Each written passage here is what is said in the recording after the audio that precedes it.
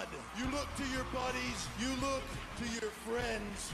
There's only a couple guys in the whole world that make me love pro wrestling, and you're one of them. You know, all the bad shit you heard about us, it's all true. But another thing that's true is we love professional wrestling, and that's why we're here. I'm not sports entertainment anymore. Talk to him, kid. This is a new beginning, and it starts tonight. A new day is dawning for DX. Know who you're talking to? Welcome everybody to X-Pac 12360. I'm your host, Sean X-Pac Waltman.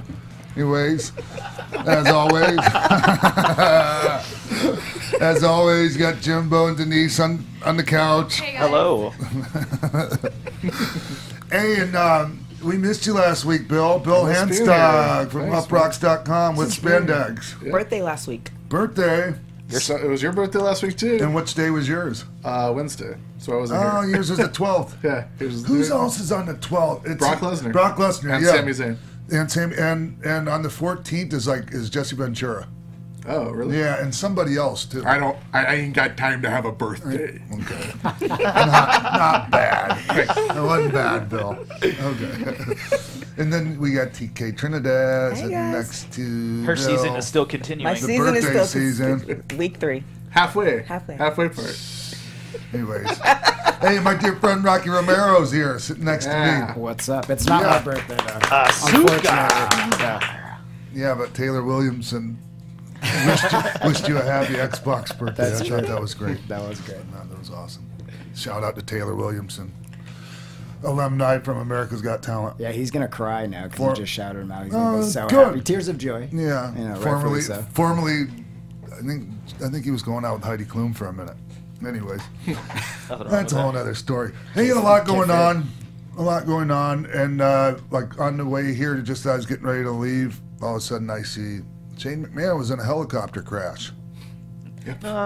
Your text message though, while driving, was like, "Oh crap!" Like Shane, it felt like he died, and I had to pull over and look it up. Did anyone really think I didn't that know, he died? I hadn't heard, so I just see a text coming that says, "Find out everything you can about Shane McMahon being in a helicopter crash." No. I was like, "What?" I agree. Yeah. I was scared. I saw that and I was like, "Oh my god, Google, what's going on?" Come on. I went skydiving with Shane and Medusa and Lundra Blaze, Deborah Michelli. Yeah. I was like 20. I think I was 22 when Shane and I are like real close to the same age. Anyways, I was scared to death. I'm trying to watch my language now for people that don't realize it. And you know, Shane was the first one out the door of the airplane. He did a moonsault backwards out. Yeah, so like I watched the interview, like the pilot and Shane. Right. Like, did you see any of that? Yeah. And he was like, "Oh, I was a little unnerved, but you know," and it doesn't surprise me at all.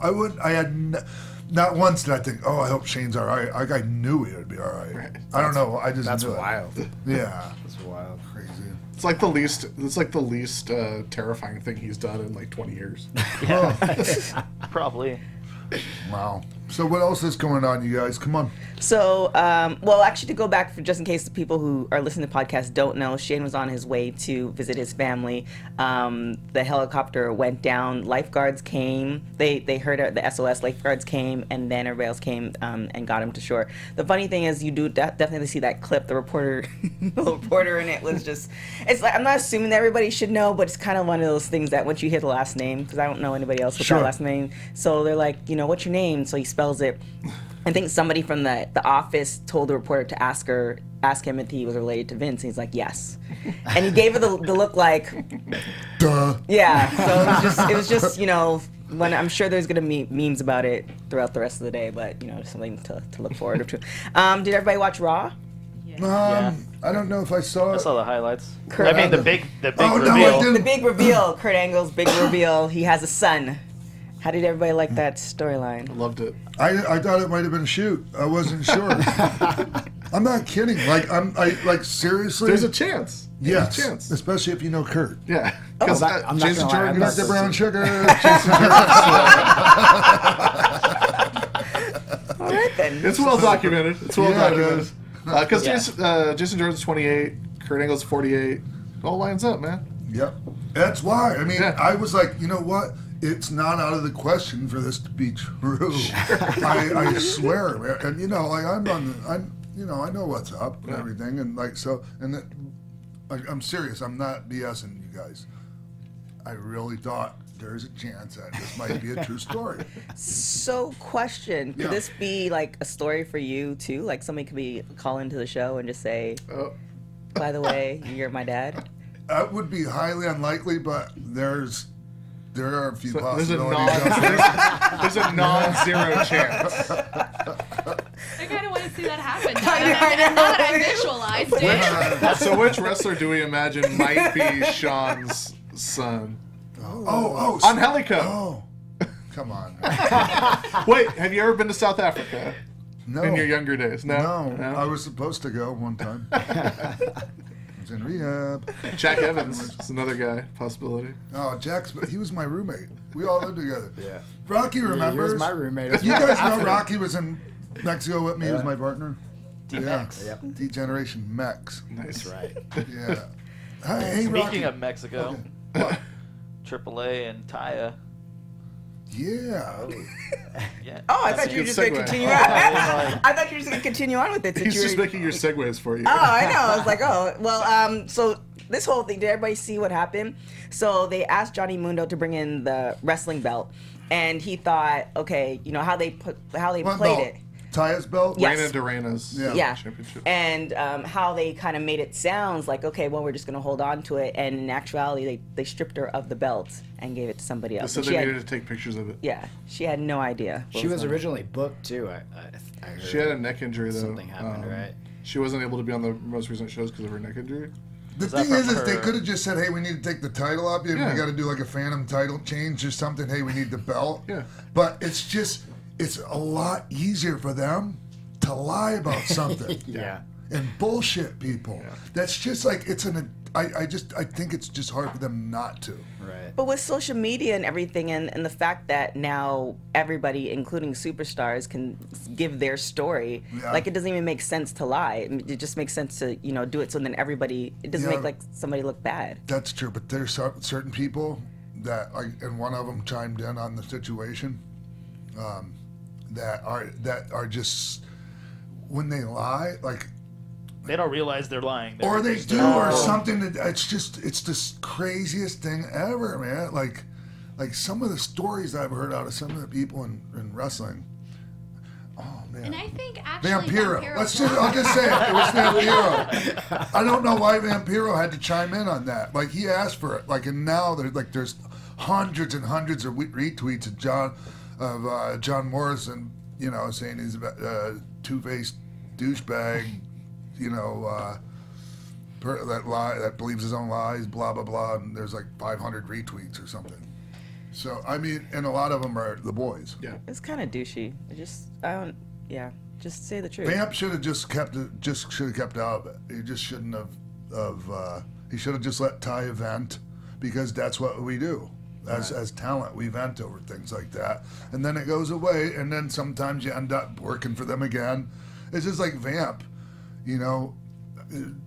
How many times has that relationship been on and off, between Vamp and AAA? Well, Vamp and just about any promotion, any company, to be honest. I saw it when I was working with him in CMLL in 2003, and he had just came back to CMLL. He didn't stay very long after that, and I think he came back again to CMLL. Then he found his way to AAA when we were there. In 08 or 09 or whatever. Is that what year that was? It's all a bit sketchy to me, man. Yeah, something like that.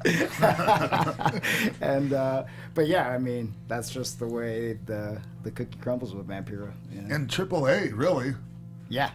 It's just crazy. I'm thinking about I was thinking of. I don't mean to be picking on Vamp, but I just have this picture of in my head of Vamp and Dorian Roldan sitting at a table across from each other, telling each other bullshit stories.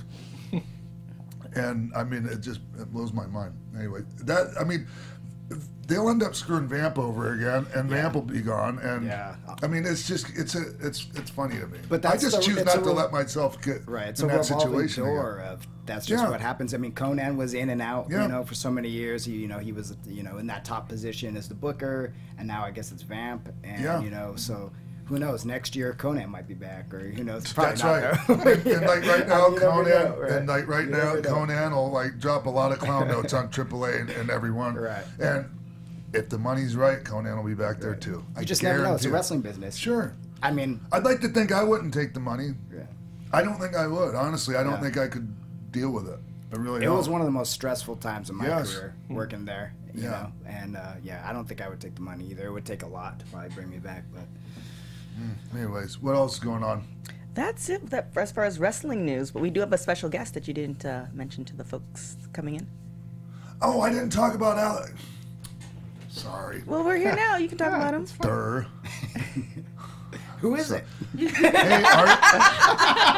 Hey, we've been talking to Alex Riley for a long time. Kevin Kiley, Alex Riley, Kevin Kiley. Anyways.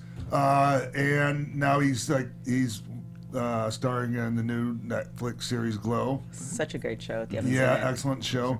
And I knew Alex when he was in NXT. Well, it was actually FCW at the time.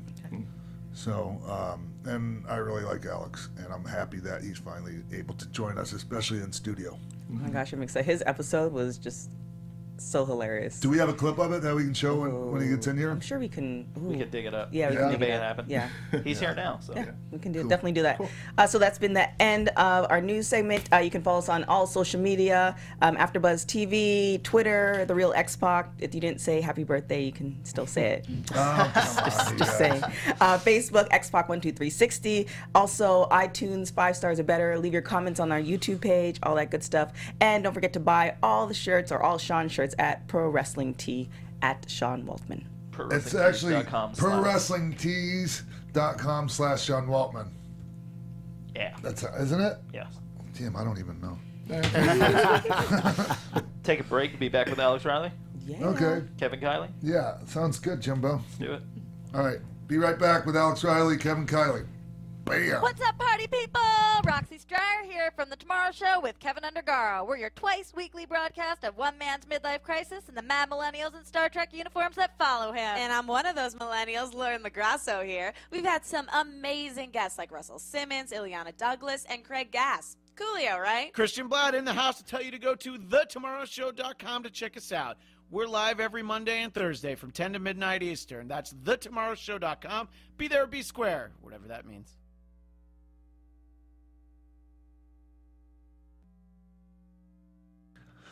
Welcome back to X-Pac 12360. Joining us right now. Been trying to get him in here for quite a while. And now he's starring in the new Netflix series Glow. Used to be known as Alex Riley. Welcome to the show, everyone. Kevin Kiley Jr. Yeah! All right. Thank you guys very much for having me.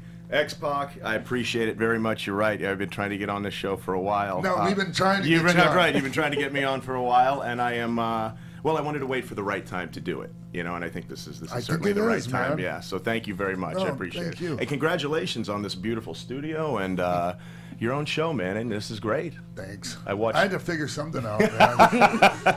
Well, you found something that you're really, really good at, in my opinion, so congratulations. So, wasn't any good at wrestling? Oh, no. You were his favorite wrestler. I was, but I'm not encouraging you to go back to wrestling at your age at all, because that's not, that would be... Because I know you're a little bit older than me, and my body don't feel too good either. Right? So. Yeah, but, I've kind of narrowed it down. Yeah. I just do a medley of my greatest hits out there, and we keep it at that. Well, I would always pay to see that. Why, thank you. Yeah, absolutely. Thanks. Hey, I want to mention this because it really meant a lot to me. It was either on WWE.com or it might have been the print magazine, Sure. WWE magazine. There was an article and it had different superstars talking about the wrestlers they liked, and you really put me over huge in this one article, and it meant so much to me, man. I just want to thank you personally in front of everyone. No need to thank me. I thank you for the countless hours of entertainment, and you know, I got watching you as a kid, and now now it's amazing that I'm sitting here on your show. But I didn't even know if you remembered that, and I'm glad you brought it up because I wanted to, because I remember it was very early in my wrestling career, and I was literally wandering around backstage trying to fit in. And as you know, it can be a little nerve-wracking at times, especially when you're brand new. And I heard somebody got maybe tap me on the shoulder or something. He said, "Hey, I just want to talk to you for a second." I was like, "Oh my God, it's X-Pac." I was like, "Is everything great?" And you said, I thank you for bringing that up and putting that in the article, because they did ask me this, who's your favorite wrestler? And you always were. You always stood out to me growing up, watching it. I believe I was at the time 14, 15 years old, and D-Generation X and all that stuff, man. It was you were fantastic. You had like a swagger to you that it seemed like nobody else really did, and it's something that you can't teach, which was very, very cool to me. Thanks, man. Yeah, because I wasn't the master of cutting that that Rock the Mic promo like some other guys were, but I felt like I brought it in ways like you're talking about. Well, what I thought and what I noticed now, it's almost like when you're watching it as a kid, you don't really know why you pick that guy or why you gravitate to that. And then if you get involved in the business later in your life, you certainly are kind of taught or woken up to what you did notice and what he was really good at. And I really thought that you were always very real. You could see it. You can see it in people's eyes.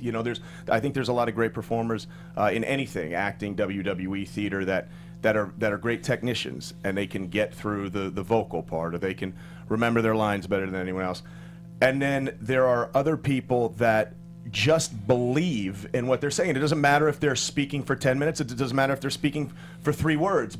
But if they're believing it, and you can see it in their eyes, it is fantastic entertainment, and you can't help but buy into it. And I thought you had that. If we believe in what we're doing, then it's going to be a lot easier for the people to believe, right? Sure, and you can't teach it. It's something that you just cannot teach, because at the end of the day, it does come from a sheet of paper. But there's a talent there to make it your own, and I thought you did a good job. So that's enough. That's not compliments I'm going to give you today. Okay, cool. You guys are supposed to be the other way around here. Right. You're supposed to I can talk about you all day here. Yeah, you're supposed to come in here, and we're supposed to blow smoke up your ass.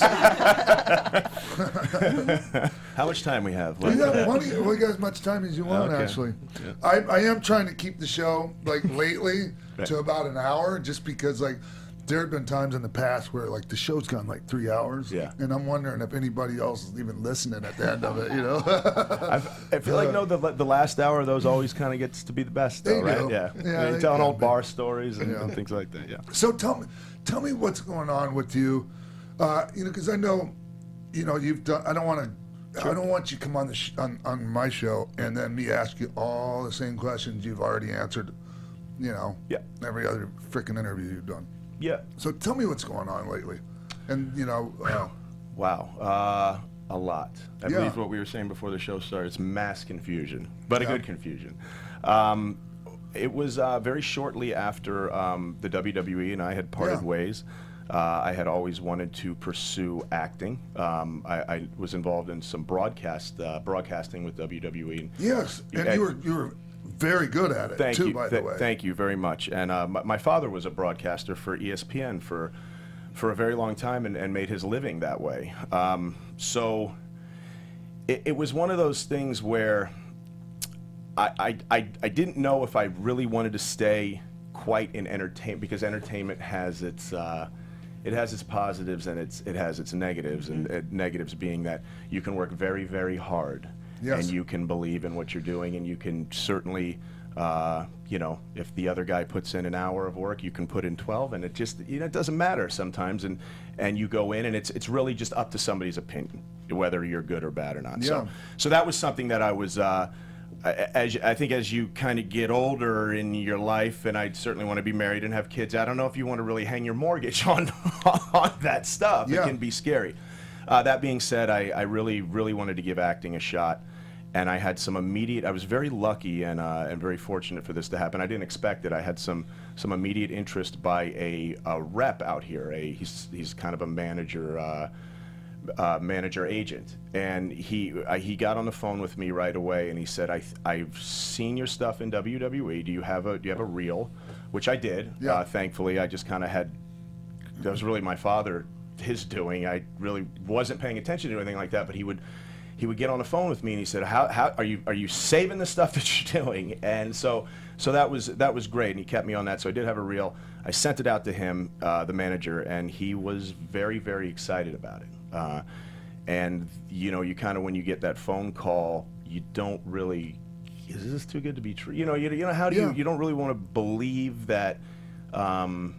You know, you can do some things in Hollywood. Well, really, who is this on the phone? Yeah, you know. And being in wrestling, we're involved in wrestling, you get told a lot of things that never end up happening, right? Sure, absolutely, and that's a great point. And coming off 10 years of being told a lot of things that never happen. Right. Sometimes being told some great things that happen, but then other times, So I flew. Long story short, I flew out here. I met him. He was great. The opportunity for Glow came across his desk as an audition about 3 weeks later, and I did it. And I literally 6 hours later he called me, and the guy said, "You got it." And nice. Yeah. So that's the only part you read for, because it seemed like when because I went and read for a part that you probably would have been like the actual it was the John Morrison part. Oh, okay. You know, as the coach. Salty, Sure. Yeah. Salty. Yeah, it was a funny. That was a funny part. It was a good part. Right. Yeah. But if you read the description of it, like it describes you way more than it describes either John or myself, as far as a big, like drill sergeant type guy, something that you could pull off visually way more than I don't know two if of us. I don't have a funny bone in my body. I don't know how funny I am. I was just never talented in that direction. I'm more of a straight shooter. But yeah, no, the Steel Horse part was the only part I read for. So yeah, but yeah, it was. And now it's hard to imagine somebody else playing it. Yeah, it's very true. Yeah, it suits you well. Terrific. Yeah. Thank you. Yeah. I really appreciate it. The person that wrote that part was a woman named Rachel Schukert, and I thought she did, when I got like the sides of the audition. It was a lot to remember in the span of an hour or two to get it on a tape. But she did such a great job of marrying the business and what the Steel Horse was trying to project through the friend story in life. And so it was easy. It was very easy to believe it because I had lived it. We have a clip of it, actually. Sure. Okay, I want to take a look at it real quick. Can we show a clip of that real quick? For some reason, I thought it was going to be the sex scene. I mean, this is good too. What a pop you got there. Yeah, it's when it's a whole different thing when they're paying them to pop for you. WSX was like that. We had a paid audience.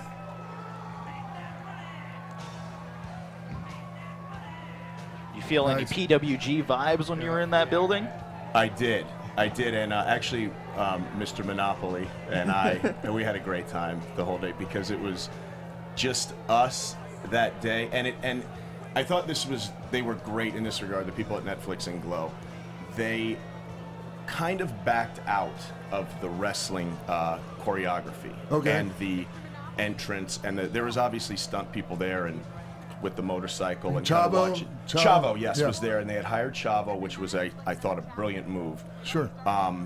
But I remember going up to the director after the first run through of that, Phil Abraham, who is Sopranos, Mad Men, the best of the best in Hollywood, asking his advice on my entrance, the moves, and I thought this was brilliant. He said, "You know what? I'm going to leave this up to you guys because I just don't know." And I just thought that was great. You know, he goes, "Second half of the day, you're all mine. You do everything I tell you. But right now, go ahead, have fun." Nice. But it's authentic, though. Yeah. You know, that's what's cool about the show is it's very authentic in the respect of it seemed like they just let the wrestlers do what they do best. Absolutely. You know, and that's what's cool about the show. It doesn't feel like it's like an produced Hollywood type. Right. Was the dialogue changed at all from how it was originally written? Was any of it adjusted? The backstage with me and Betty Gilbert. No, it was not. It was pretty much word for word. Yeah. And that's what I was kind of saying earlier.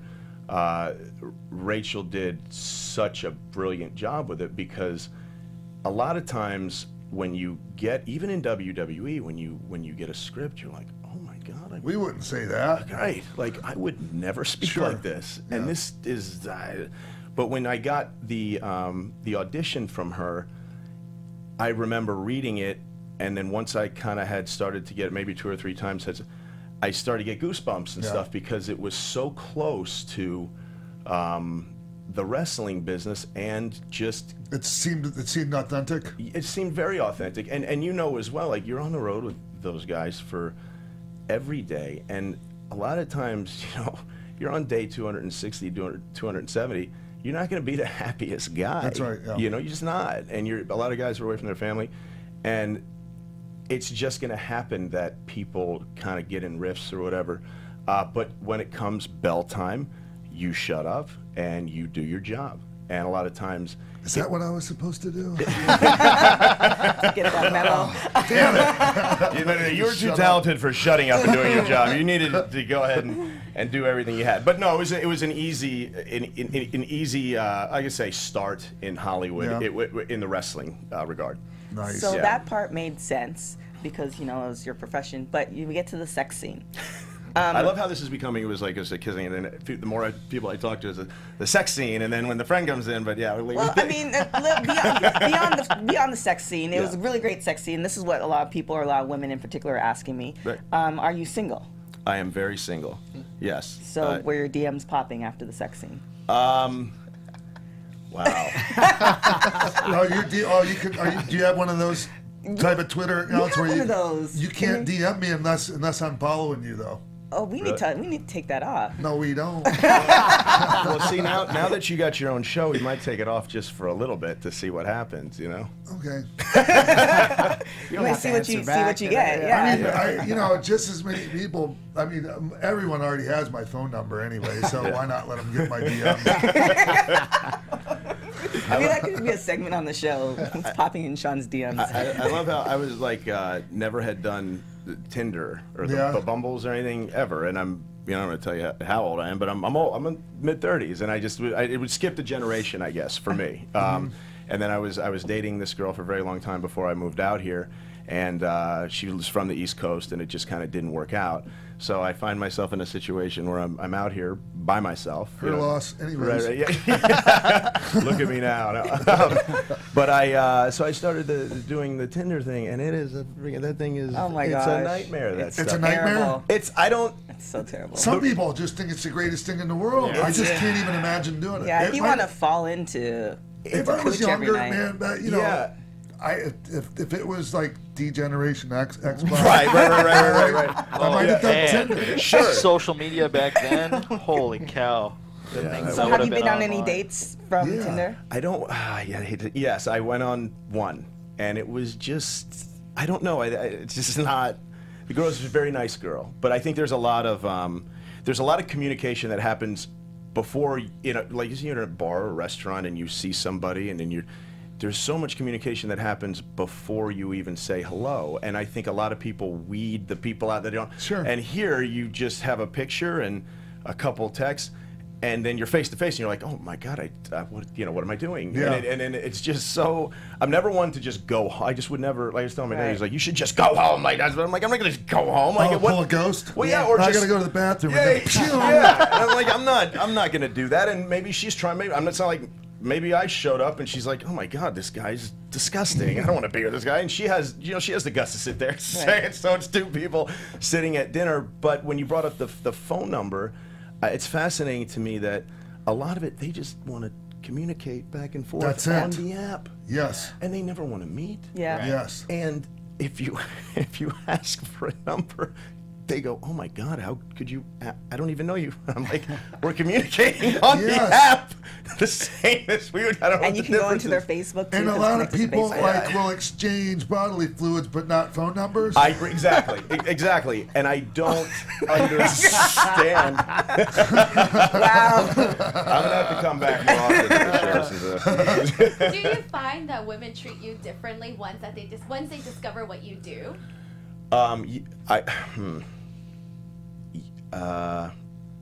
Yes, and it's not a good. Sometimes yes, sometimes not. Obviously, it does not happen a lot. But I'm trying to kind of figure this out because I was out of the game, man. I was done, and I was very happy about it. I was just like, what a load off my mind to have. Oh, the wrestling part. No, I'm sorry, like the dating game. Oh, the dating. Oh, yeah, okay. when I was back in Tampa, I was just, I had found somebody I was very happy with, and we were happy and things changed. But I was just, what a relief, And now to be out here, and I'm like, oh my God, this huge city, so what I'm kind of figuring out is they do sometimes, but it's they back way off. Because they just assume that I'm after something that I'm not, or I'm gonna which kind of can be frustrating sometimes because I'm really not. I think I'm as normal as it gets, and I'm not, but I think they get a little nervous maybe that I'm gonna.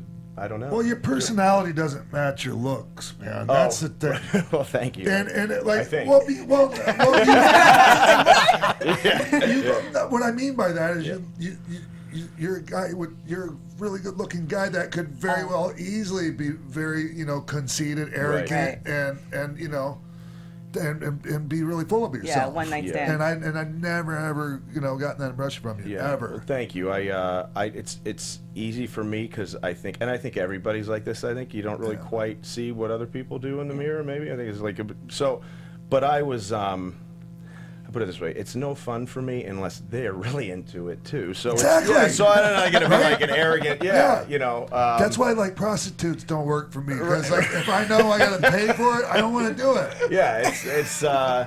What? I'm just telling. At least I'm not telling you I love prostitutes. I mean, I love them from a distance, but I don't love being a customer. Here's some Tinder stuff on your Tinder profile. Just put you don't want pen pals. Okay. And then also when you contact them give them about a week, and if they don't want to meet within that week, they might be catfishing you. A week. Catfishing. Yeah. What is it? So I have got these terms now too. Catfishing means that, say her picture, she looks like that, and then you meet her and she's like 50 pounds heavier, and she's had 3 kids. Or it's some big WWE fan who just is on Tinder to try and match with Alex like a guy, like a 40-year-old man shows up or something. Wow. It's still real to him. Hey, when's the last time you were in a wrestling ring? It's been a while. Yeah. Not counting Glow. Yeah. Year, maybe more than a year. Yeah, I think I'm coming up on a year from my departure with WWE. So whenever that was, I was in the ring at NXT at the Performance Center the day before. So whenever that date was, I think right around about 11 months now. So and see, I was talking to somebody, and I can't remember who it was last time I was visiting at WWE, right? And your name came up. And it was, we were talking about commentators. Sure. Because it's really hard to find a good one. Right. And you were a good one. But it just wasn't, you didn't have passion for it, did you? This is how I've, did I have a passion for it? Yes, I did. I enjoyed it very much. I love talking. So since I could remember, I was into football, into wrestling, into, my father was a broadcaster. My brother was an actor, or trying to be an actor at times. So it's in my blood. I do love it. I get chills when I think about. I remember doing the commentary and getting so into it that they'd have to tell me to stop talking they'd have to cut in because. In wrestling commentary, it's about sound bites, so because that's how they cut up the show and do advertisements. Well, in WWE wrestling commentary, it's about sound bites. Right, exactly. Yeah. And the show moves very fast, and your job is to get in, get out, get your point across, and a lot of times it's really not the most in-depth statement, but that's how it's done because it's national television. And I knew that very well, but I would just get so wrapped up in the match and the feeling that I had at WrestleMania and the blood pulsating through your veins as you're walking out. And the entrances in WWE they'd blow my mind. There was nothing on the planet cooler than coming out as a larger-than-life superhero under WWE Pyro. I'm sorry. Like legit, the best experience you could ever imagine. Yeah. Like better than sex with any person you can imagine. Right. Much better than Tinder and prostitutes. Right. Thank you. Better than any drug. That, like if you're all you drug addicts out there, like your favorite drug, it's 100,000 times better than that. Yeah. So become W. No, that's. But yeah, it's and it will keep you up all night. Yeah, man. And it's natural, and it's just so beautiful, and I love that company for that because there's nothing else on the planet. They originated that whole experience. Something that I had to do before while I had time here, I wanted to do that. So it was very easy for me to get wrapped up in it. Did I have a passion for it? Yes. But you wanted to get in the ring, That right? being said, as you can tell, I needed to be in the ring. Yeah. Like, I was 250 pounds in great shape. And I know that WWE is very character-driven, and I've gotten the whole, every answer they could have given me and not given me on that stuff. And it's somebody's opinion at the end of the day. Exactly. That being said, like I was telling you earlier when I could look at you when you just believed, there isn't a damn person that could tell me on this planet that I didn't walk through a curtain and believe everything from. I just loved it, So that was it was hard, like complaining, well, I want to be a WWE superstar and I'm only a WWE commentator. They're both dream jobs. Yeah. And I kind of sound foolish for saying that, but as I was progressing towards the later part of my career, I desperately wanted to be in the ring. And totally understandable, Yeah. man. As you're watching the numbers get higher on your age, Yeah, sure. And really, that's what it came down to. Not too many shopping days left till Christmas, right? Right. Yeah. No spring chicken. All right. A little long in the tooth. I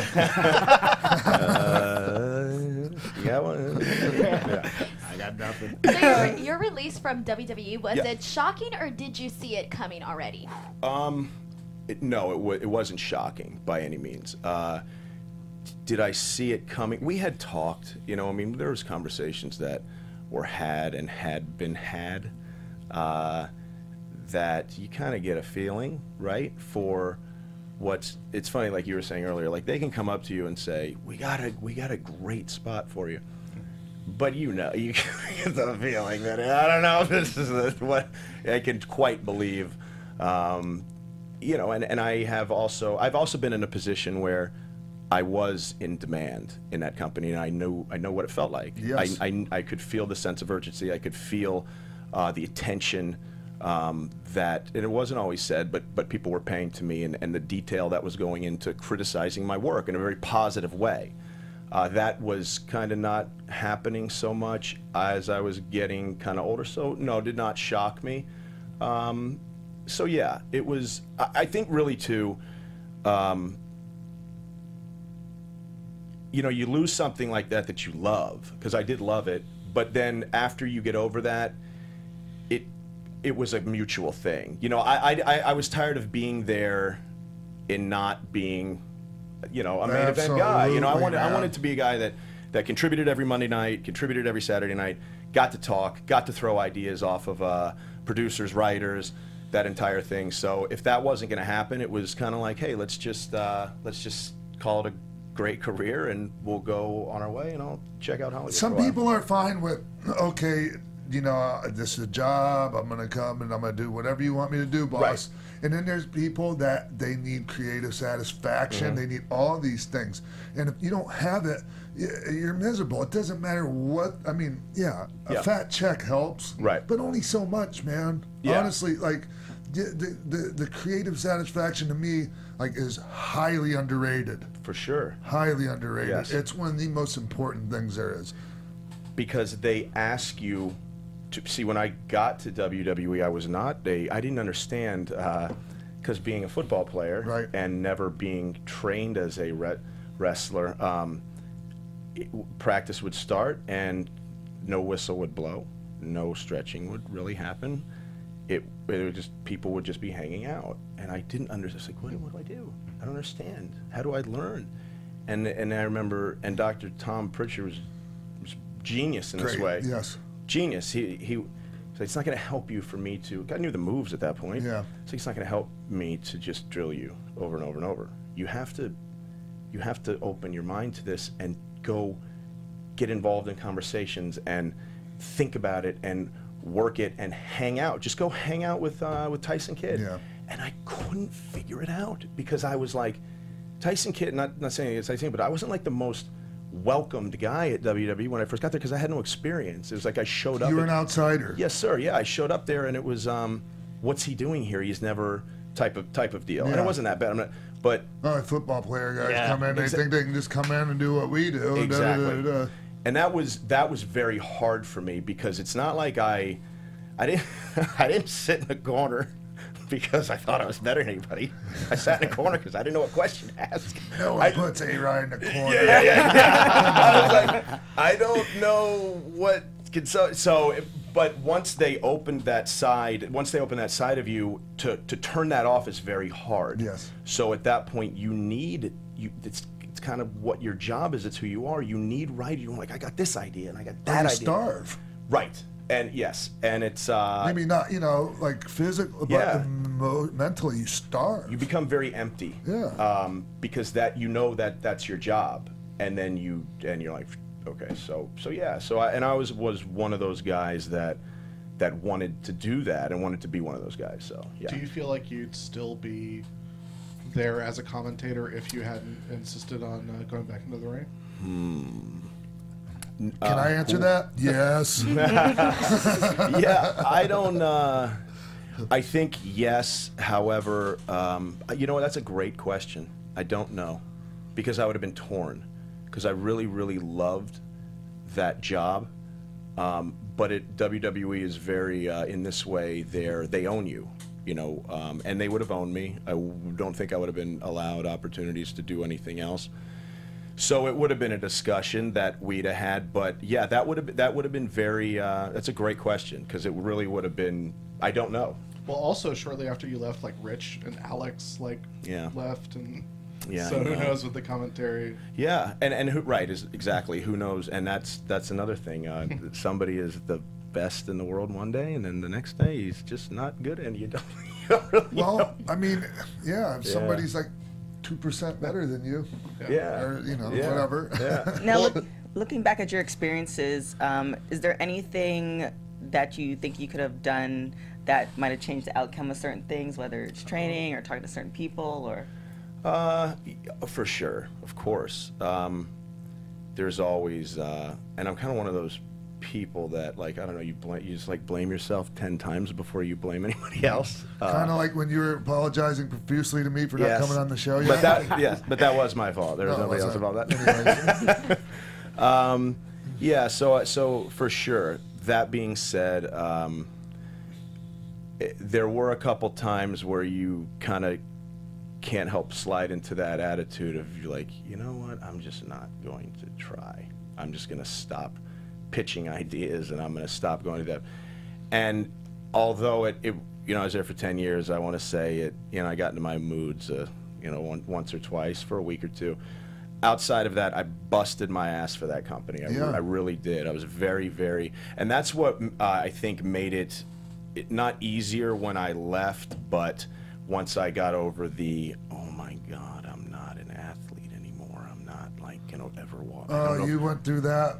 Yeah, God. that's that separation anxiety because you think that there's no life outside WWE while you're part of it. It's like, where am I going to get that adrenaline and that thrill and that walk through the airport? And I get it right now. It's like, because it's hard to replace. That it's the same thing with football. Like when football was over for me, I felt like life slowed down. and I was like, oh my God, it's just weird. Yeah. Was football your first dream to be a professional football player? What happened with so when I was growing up, I was playing football and watching WWE all the time. But I think that this gets lost on some. It gets lost in these conversations a little bit that you don't really know how to become a WWE superstar. I know you did, and there was kind of, but for most, especially when they're like, I was having some success in football, so I had that avenue open to me if I wanted it. But if I didn't, it's like you really have to search in high school to find out how to become a professional wrestler, like, as opposed to being a baseball player, football player. But, you know, and it's I certainly wanted to go to college. You know, it's something that my parents were. I didn't want to go, but my parents wanted me to go to college and all that stuff. So I don't know. I don't know if there was a professional wrestling team program in high school. If I'd have been I that. joined the wrestling team just thinking, oh, well, it's got to be connected somehow. Right.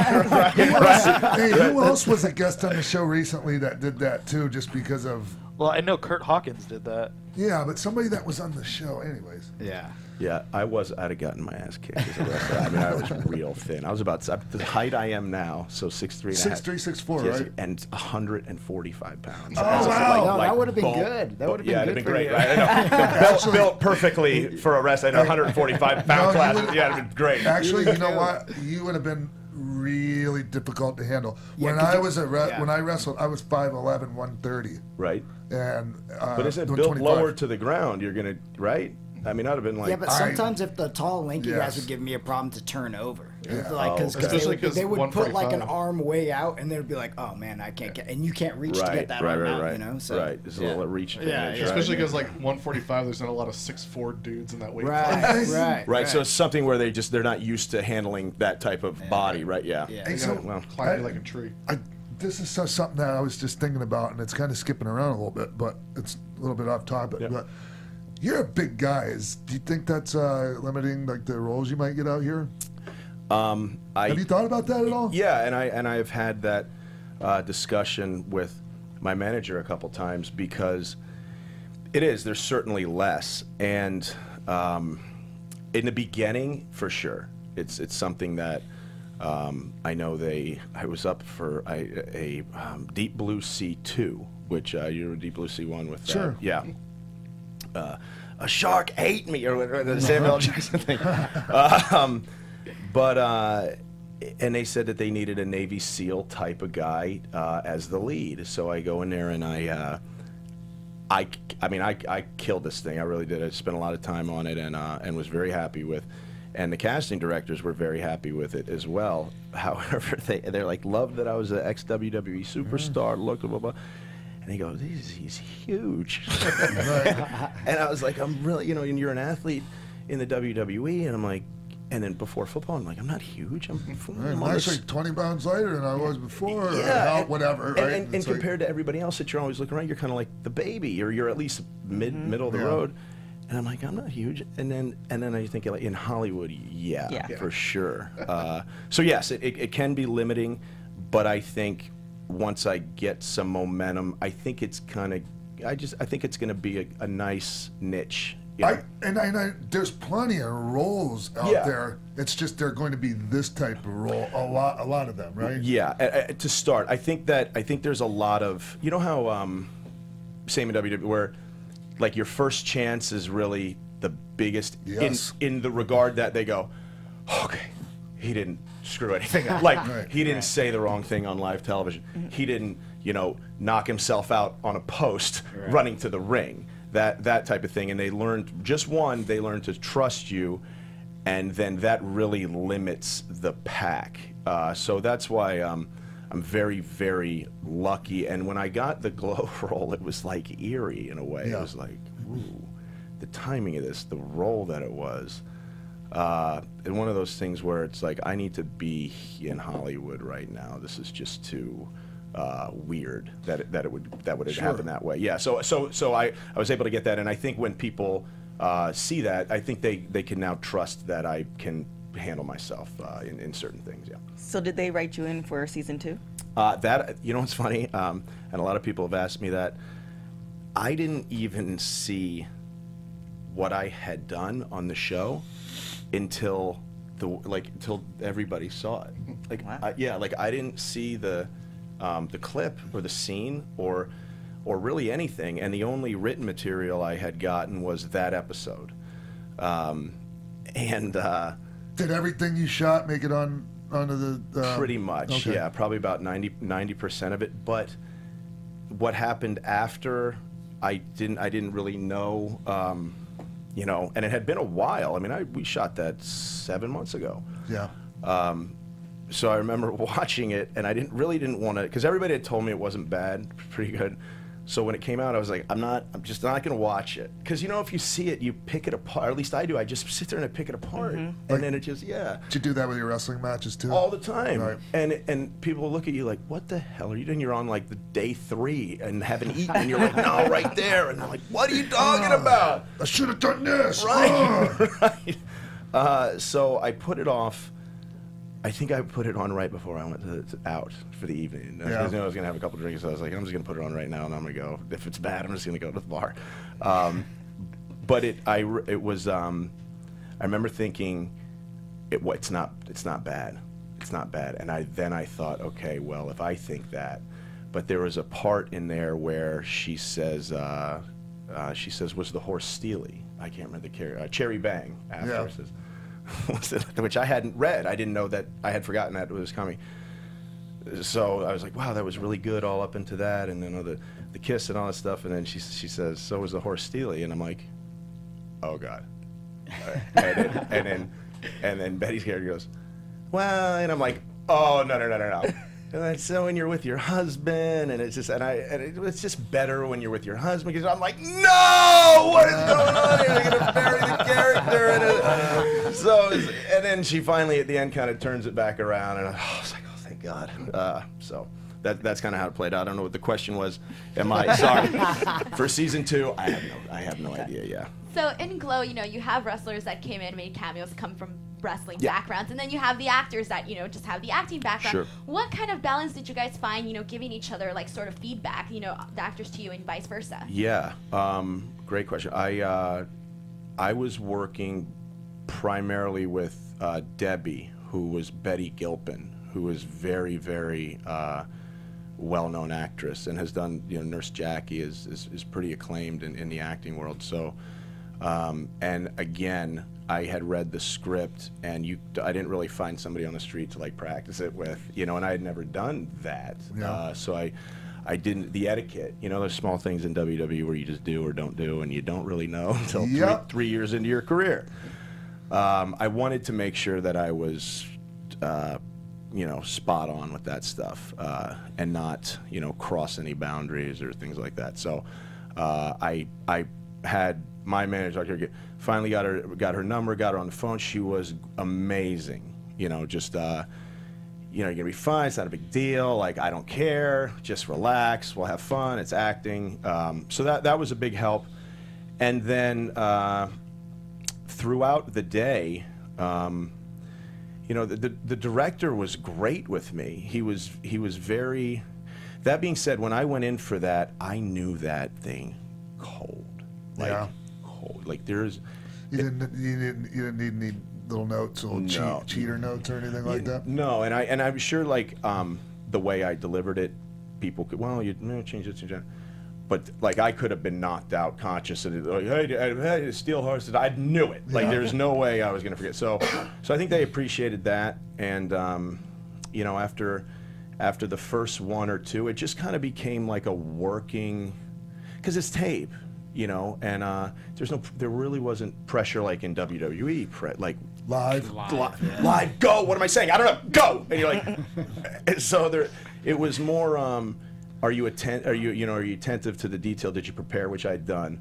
So once that was proven, then we just kind of just had fun with it, really. And I think the whole scene we might have shot for about an hour and a half, and it was just a really good time. Really, it was.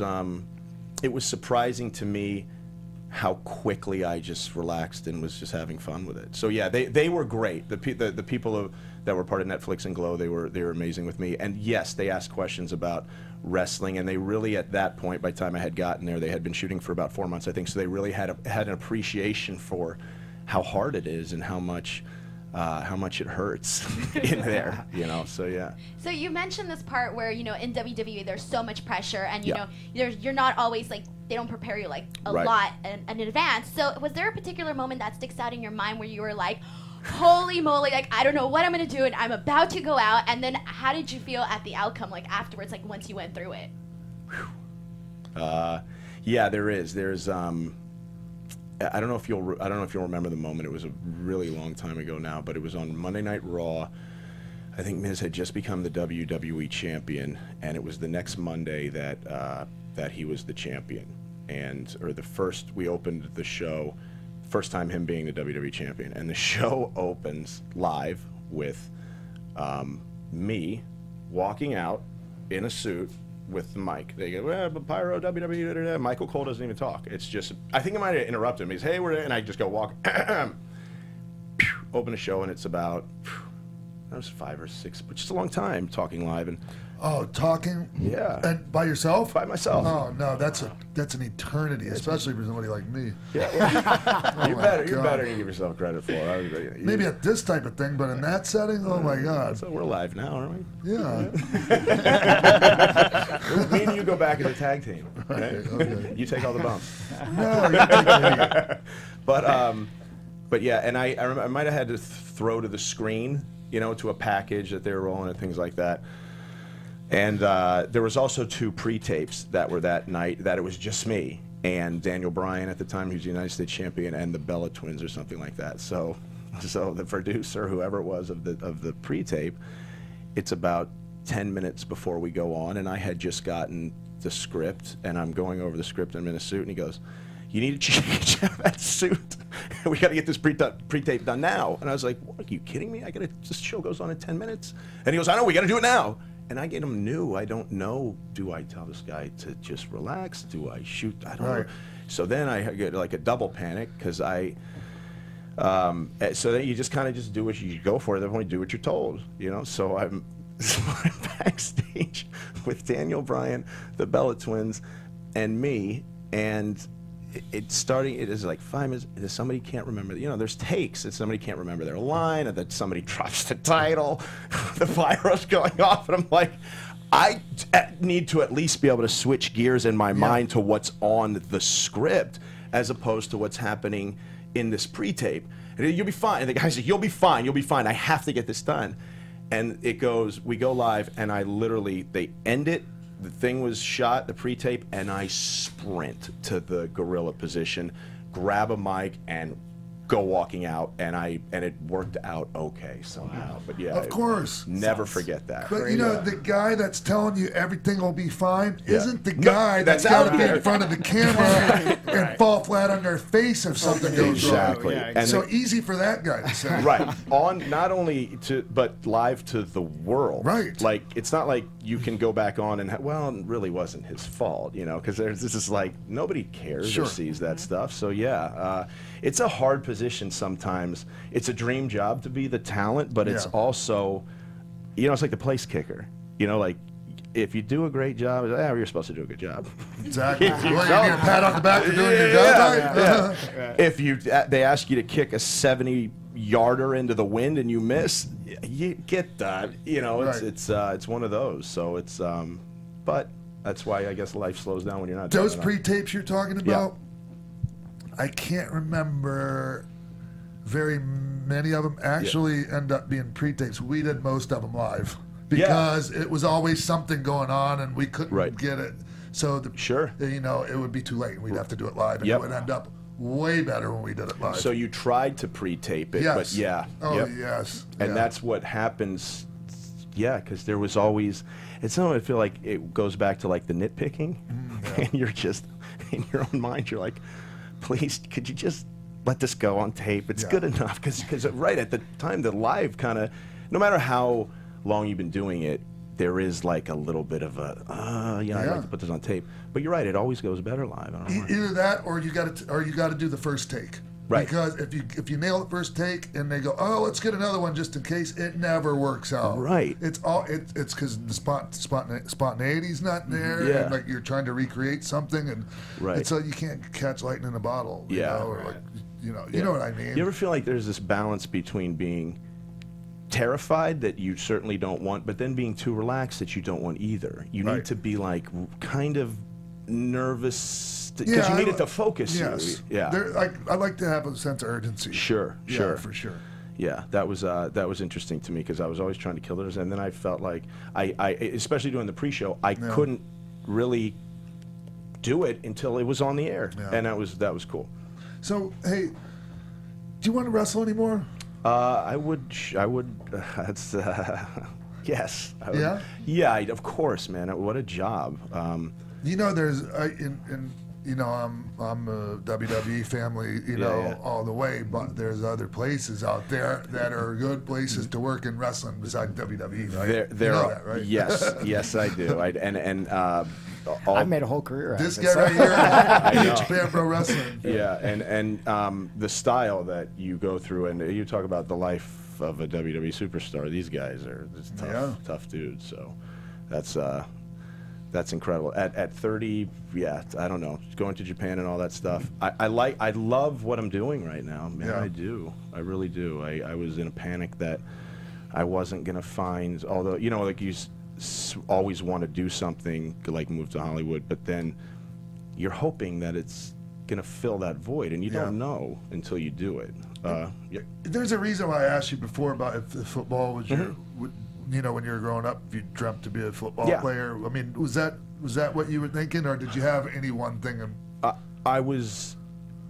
Yes, for sure. Yeah, I loved playing football. I certainly would have welcomed a 10-year career in the NFL. I feel like it sometimes. You know, I have to be careful with this because I'm almost woken up to it where it's like, well, did you want to be an NFL superstar, a WWE superstar, a WWE commentator, or a Hollywood star?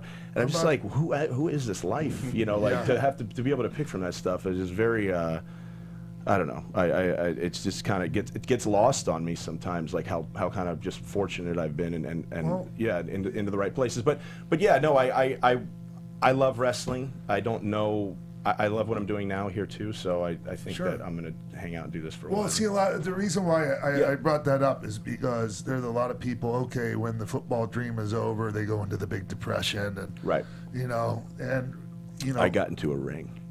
Yeah, man. I was just gonna say, we don't have to quit dreaming, man. Once one dream is over, like that doesn't mean okay, it's time to call it quits. I mean, we can have as many dreams as we want. And it's how it's amazing how few people think that. You know, like when they just like, why not? Why not? All of it. I don't think people prepare, like coaches prepare athletes for after you get out of a profession. It's just kind of like they have this theory that if you played high school football or any type of athletics, you think you're an athlete for the next 2 or 3 years. If you play in college, you think you're an athlete for the next 10 years. If you go pro from 1 year to 10 years, you think you're always an athlete in some way, shape, or form. So it's hard to kind of say, okay, well, I'm an athlete, and then now you're asking me to, you know, sit at a desk for 9 to 5. So that transition is very hard. I don't know if there's a way to prepare athletes or like that. So the transition that you went to is, you know, ideal because you still get that adrenaline rush in some sort of way. Yeah, and I you're right, and I think there should be more of an awareness that the coach is making, because he's not, you know, winning Super Bowls at however, you know, at 45, 50 years old. So you have to make the transition at some point. And you're right, you know, and I think people should, like you said, just pay more attention to it. You're lost, man. You right? I mean, you have had since, and it's more of like it kind of becomes an identity. Like you're just a football guy, and you're cool with that, or you're just a wrestler, and you're just happy being a wrestler. And when it's gone, not only do you have to find out what's gonna make you some money, but also, you know, not having that fill that hole. Yeah. So no, I think I completely agree with you. I think that I think athletes and coaches because they're oftentimes dealing with younger kids, need to wake people up to the fact that, you know, hey man, you might be throwing 10 touchdowns here, but I'm not saying that you're not going to be Joe Montana, but just consider the fact that it may not happen. Might not happen. Yes. Yeah. I like how you put that. Like, consider the fact that, or consider the fact you might be wrong, or consider like a lot of things that people don't consider. Man. Yeah, and I, you know, because I'm like you, I'm not one to, somebody comes up to me and tells me that they're going to be president, you're damn right you are. And if you need my support, you just let me know. I'll hang bumper stickers with you, buddy. I don't give a damn. Like, if somebody, when I think I'm kind of crazy for thinking that I could ever become a WWE. I never thought I could go out there and had the guts to go. Yeah, man. Like, when I saw it on TV, it was like this huge, and it is this huge, magical, like, production of these guys. I remember the first time I saw the guys backstage, I was like, oh my God, like, he's out on national TV and he's wearing just trunks. I can't even do that. I can't even fathom that. And having the confidence to stand there on live television and be a part of that. I never doubted it. I'm like, oh yeah, I can do that. It's because you're crazy. Oh yeah, you're crazy. I don't care if I don't have the physical tools or whatever. I can still do that. Yeah, I was thinking. That's what you got to think like that when you're somebody like me, though. You do. I was thinking way too much at the time. I was still in my non-artistic brain. So I've heard that you have a ridiculous amount of shoes, a shoe collection. I do. Yeah, I love tennis shoes. I have I save all the Jordans, and I love. Thing is, I have black shoes make my feet look very small compared to I remember I had a pair of black tennis shoes. I don't know why I noticed this, but I had a pair of black tennis shoes on for the first time with a girl that I was dating about 8 years ago, and she came up to me. We were in the gym, and she comes up to me and she goes, "Don't ever," "Don't ever wear black tennis shoes again." And I was like, they're white. Yeah, I was like, why? She goes, "You just look like an ogre." Wow. I was like, oh my Shoes God. do that too. I find like Chucks like make certain people's feet really, really long. Yeah. Now, do you have names for your shoes? I do not. No, it's not. But I, you know. So, how many pairs of shoes do you have? I mean, I would maybe 25. Oh, okay. Oh, that's not too bad. Yeah, How do you organize them? This was, right now they're kind of just under, on the bottom floor of my closet. Back home I had like a whole like closet where I would, you know, try to do and I didn't have a crib by any means, but I had to try, like if you open my closet, like, oh, there's all my Jordan, this and that. So yeah, just like I had them built out on everyone had their separate shelf, and the box was like right next to it, and so, you know, that whole thing. What's your favorite pair, and have you ever paid second market prices for a pair of Jordans? I have not paid second market prices. However, I notice on Melrose. Yeah, Melrose and Fairfax, Shoe Palace, and Supreme. Right. Yeah. Okay. Yeah. So you're going to be stopping in at some. Yeah. It was cool to me. I was like, "What's going on in there?" Because I think it was like 10, maybe 9 a.m. I was driving to the dog drop. Yeah. And there was a line of people, hundreds of people. Yeah. And there's some energy there, and there's that. And I was like, I'm going to go be part of that. If there's some shoes there, I'm going to pick up some shoes too. And you know what, man? On Melrose, the best shopping for clothes anywhere in the world, if you ask me. Yeah. That's the thing too. I've been on the East Coast my whole life, and when the first time I drove Melrose Avenue, I was like, "This is cool." Yeah, like, man. This is so different. Yeah. You know, and the people is, again, the arts. It's like everybody is accepted. Doesn't matter, and I just love that. I think that's so cool that people can walk around and either dress how they want, or, you know, there's no weird. There's no you know, you shouldn't be doing that. It's, hey man, it's like, all good. Don't bother me. I won't bother you. Yeah. Like, let's go. It's the coolest environment, you know. Because I was never, you know, kind of a weirdo a little bit. Yeah. So for some reason, if I had to guess, I would have said that you would have ended up in Venice Beach and not Hollywood. I love the gym out there. You know, I love that that golds, that mecha golds, and I have a thing for, as we were discussing earlier, weightlifting women and women that me too. Yeah, man, they're not afraid to have a couple cheeseburgers and that stuff. And there's not too many of them in West Hollywood, which is you're in the wrong part of town. So that's funny because I think I'm gonna migrate that direction after my lease is up, because it's expensive, but you know it's worth it. I think it is, to be able to just get to that gym, because the gym too was always for me, this is kind of social, you know, you meet people, and it was I'm a Venice Beach guy. Or you can go to the valley where the porn stars are. That's right down the road, actually. Yeah, just saying. That would you know one if you would I know one if I saw one? Like, yes. I would know like that the way they carry themselves. I'm like, that's definitely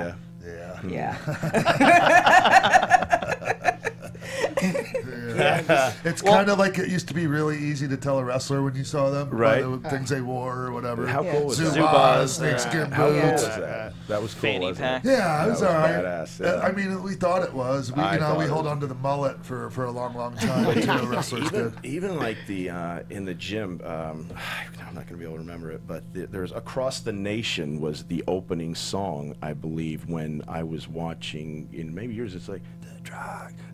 It's like it's called All Across the Nation. I'm going to murder it by doing it, but I still listen to that song because it was that edgy rock. It was a rock concert which you guys did. It was so cool. The product and the adrenaline rush. It was. And it used to actually be Raw. Yeah, the show used to be Raw. It's called Raw still, but it's not really. Yeah, Raw, like anymore. you just anything happens, right? And very, very cool, very cool. So, what do you have going on right now? Right now, there is a little bit in Hollywood. I'm learning that there's pilot seasons, which is you guys know about this, right? So I'm learning. I'm you know, and again, probably know more than I do at this point. But I guess there's kind of when Glow was filming, there's a lot of roles and there's a lot of auditions, things like that. And then it kind of takes a break at this point, and then gears up for another one maybe in a month or two, is what I understand. So right now it is. I'm just kind of hanging out. What I'm doing is I'm just hanging out.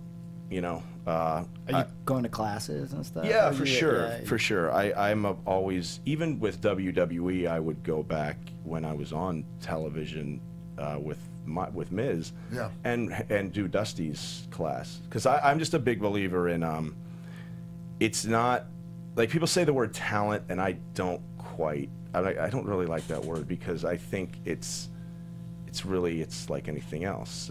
I mean, you have to have a certain, you know, a tiny bit of talent to read and adapt and understand what you're doing on a storytelling level, but it's reps, man. Like it's reps. It's reps and reps and reps, and you need the mic in your hand, and you need to put yourself in positions where you're a little bit uncomfortable. Yes, and I'm pretty sure I said this recently, but like nothing great happens in your comfort zone. Not right. Yeah, and if you're not, you can't recreate.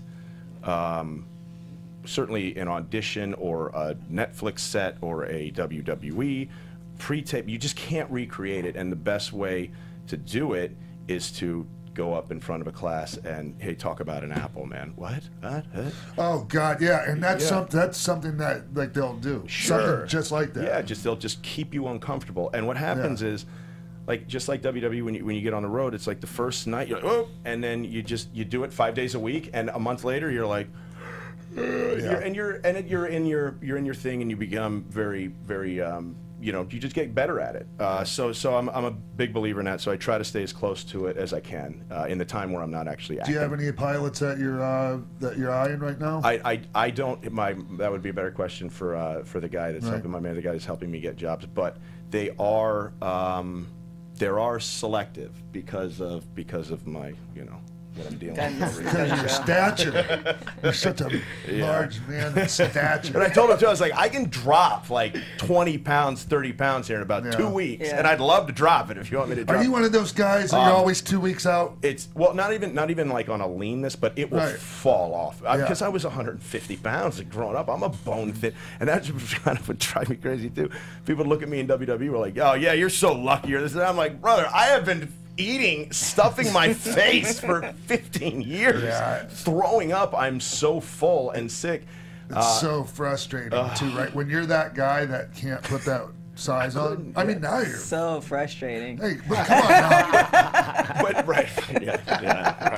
It is. That's all right. Venice is much, and that's for West Hollywood. Those people. Well, yeah, I mean, now I think my metabolism has slowed down a little bit, but if I want 20 pounds could be off me if all I would have to do is eat normally three times a day and it'd fall off, So. Well, you do have Glassjaw coming out in 2017. Thank you very much for that. Yeah, it's I have that coming out later. It's it's really kind of a new age Rocky Balboa thing. Nice. Yeah, it's very cool. It's Nice. It's a feature film, and Karina Carico is one of the producers. Lee Cullify is the star, and a guy by the name of Michael Testa, who cast me in it from seeing the stuff that I had done as a broadcaster, which is funny. Yeah, that's good. You know, good. Nice. It comes full circle because there were times where, like we discussed, I wanted to be in the ring, and then moving forward, he was really impressed with the stuff that I had put on tape. So I do play kind of a fight reporter and get to do some of the stuff I did in WWE. They let me, they gave me free reign to be as entertaining as I wanted to. So that was cool. And being on, again, like being like I said, being on a set, you always kind of learn something. Especially me, I'm still so new to it.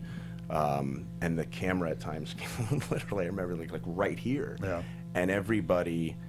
There can be a blessing in total chaos and people not really noticing you messing up a little bit, and then there can also be when it's very controlled, a whole nother maybe not so good, because it was dead quiet and it's just me and there's cameras and it's this, and it's just a whole nother feel for the comfort thing. So yeah, I can't wait for that to come out. Actually, it's going to be a great film, and just people don't understand how hard like making movies and TV shows is hard work, long days, and it's to me, man. It seems so like such an inefficient way of doing things when you're used to working for WWE. Right. It is.